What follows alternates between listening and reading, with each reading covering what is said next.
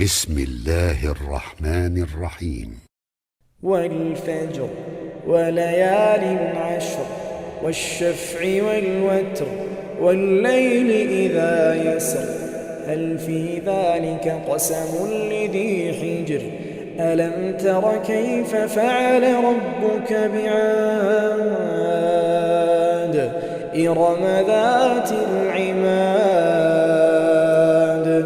التي لم يخلق مثلها في البلاد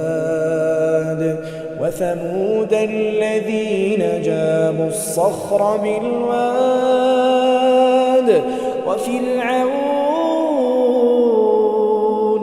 وفرعون ذي الأوتاد الذين طغوا في البلاد فأكثروا فيها الفساد فصب عليهم ربك سوط عذاب إن ربك لبالمرصاد فأما الإنسان إذا ما ابتلاه ربه فأكرمه ونعمه فيقول ربي أكرمن وأما إذا ما ابتلاه فقدر عليه رزقه فيقول ربي أهانن كلا بل لا تكرمون اليتيم ولا تحاضون على طعام المسكين وتأكلون التراث أكلا لما وتحبون المال حبا جما كلا إذا دكت الأرض دكا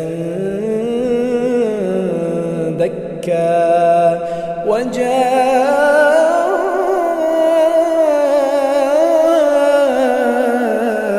ربك والملك صفا صفا وجيء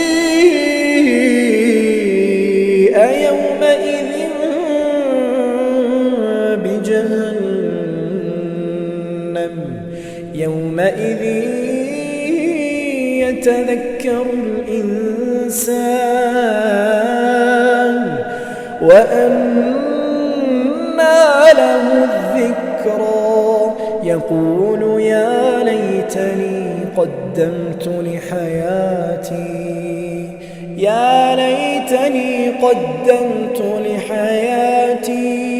فيومئذ لا يعذب عذابه